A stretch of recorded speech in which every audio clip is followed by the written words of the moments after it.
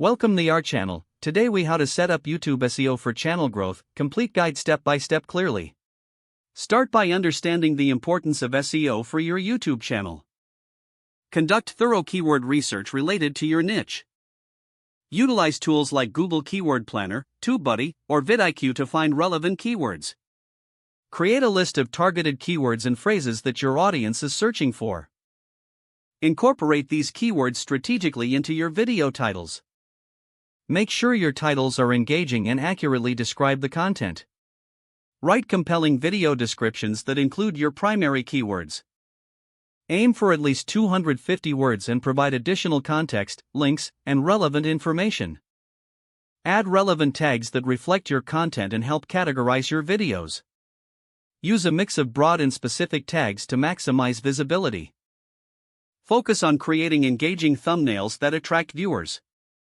Thumbnails should be visually striking and relevant to the video topic. Optimize your video file name before uploading it to include your primary keyword. Use closed captions and subtitles to make your content more accessible. This also helps improve search visibility since captions can be indexed by search engines. Encourage viewers to engage with your video through comments, likes, and shares. Higher engagement signals to YouTube that your content is valuable. Utilize end screens and cards to promote additional content and keep viewers on your channel.